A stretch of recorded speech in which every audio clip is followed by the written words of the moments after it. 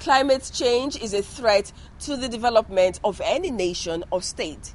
It is for this reason that experts say it needs to be considered in any sustainable development plan. Challenges posed by global warming and climate change require strategic initiatives. Now, mitigation options should be considered. All these come at a cost. Now, that's what we'll be looking at today on Environment Matters, with particular focus on Akwa Ibom State. They've organized their first climate change conference with a view to charting a roadmap for sustainable environment and green jobs. So stay tuned. Akwa Ibom State has several key climate change vulnerability factors. They include sea level rise, risk of storm surges, erosion, and widespread flooding. Climate change factors is aggravated by the state's fragile ecosystem.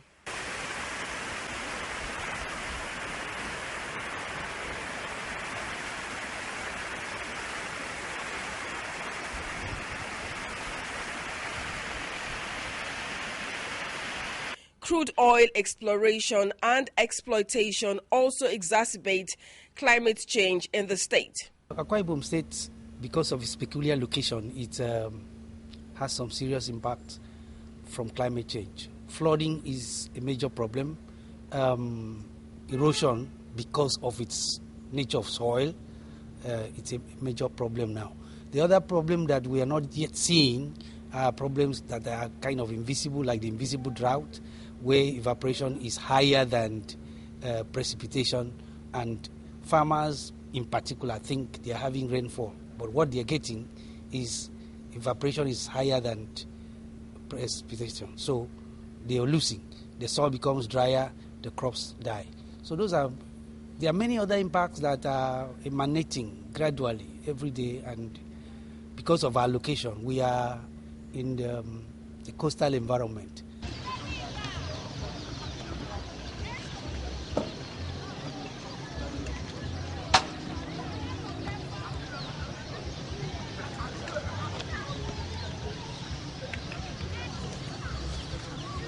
Unsustainable destruction and cutting down of mangroves in coastal areas like these strip it of appropriate vegetation that protects it from the impact of tropical storms, waves, and erosion. In areas like Akwa Ibom State, fallen mangroves most times end up as firewood.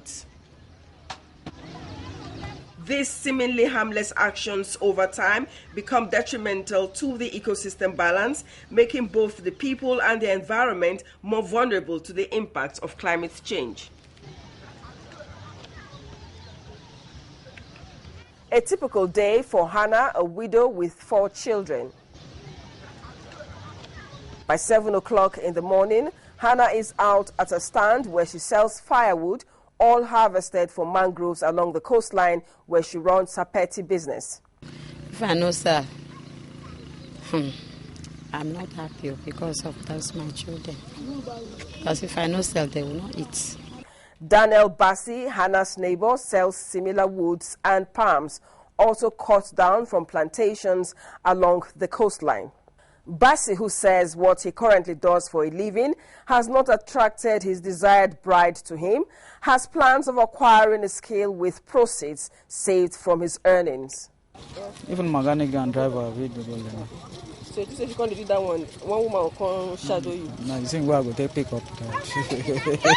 Hannah and Bassi are ordinary Nigerians trying to survive, but whose actions, in addition to many other factors, contribute adversely to the health of the vast shoreline of Akwa Ibom State.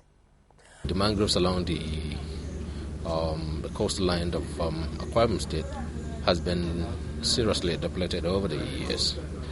The coastal dwellers, mind you, they are fishermen, they log these mangroves for firewood. That's what they use in drying their fish.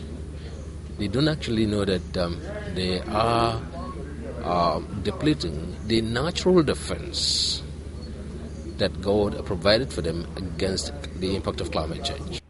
To worsen the climate change challenge of the state is the amount of rainfall received by it. Meteorologists say Akwa Ibom State gets the highest amount of rainfall in the country.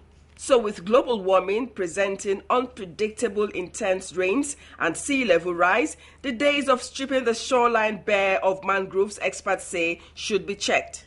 Yeah, it is indeed true that Akwa Ibom State is one of the states that have the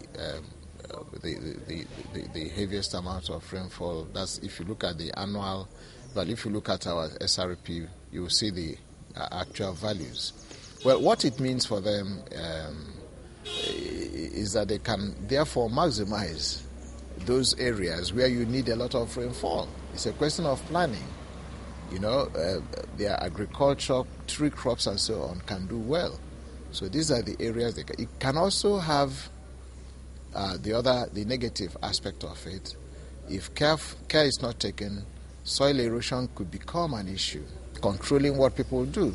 People going to excavate for sand in the wrong places and so on. These are the things that can trigger off soil erosion.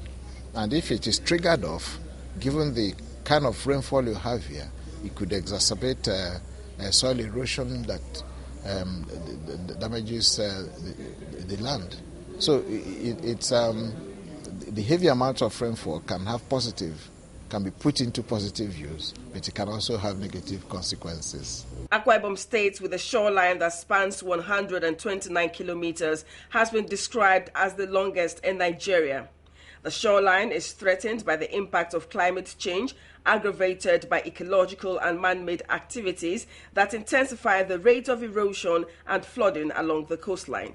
This is beginning to be eroded by the ocean surge, and that is one of the things that we need to address and begin to manage properly, what I call total coastal management systems, to manage our coast effectively, turn it into a blue zone where we have blue economy and utilized the whole area.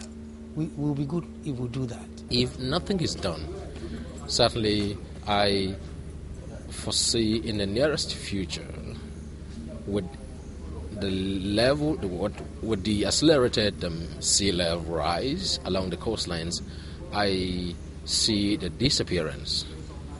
I foresee the disappearance of so many communities along the coastlines. To effectively address the impact of climate change, the state government is brainstorming with scientists, the academia, relevant agencies, civil society groups, and community members to chart a climate change adaptation and mitigation plan. Responding to the challenges of climate change, the state has proactively put in place measures aimed at tackling the adverse effects of this climate change.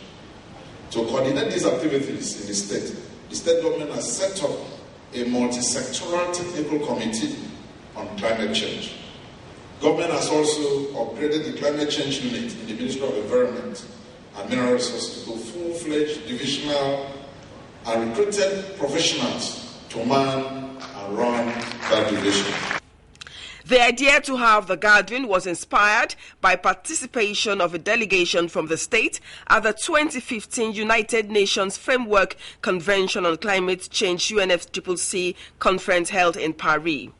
The conference is a follow-up to the Paris negotiations and how the state can localize some of the adaptation and mitigation measures shared at the meeting. First of all, to increase the awareness of the people, to increase the advocacy on the effects of climate change. It is important that people know that this is real. I'm sure most people are now aware that human-induced climate change is a scientific reality, so we can't run away from it, and we in Akwa Ibom must be in the forefront because we are primarily affected, and by the location of the states, the coastal region, the vulnerability is also much increased. This will include a sustainable roadmap for environment and creation of green jobs. Creating green jobs from sources of energy that will reduce emission, which is, of course, one of the fundamental principles of the COP20 that we went and last year, reduction of emissions. So we're looking at alternative sources of energy, which, of course, course, would include solar, wind powers, hydroelectricity, and all of that. And so, in the course of getting this, we should be able to reach out in terms of energy supply to the hinterlands. Green jobs will mean the likes of Hannah and Basi will eke out a living that will be more beneficial to them and the ecosystem.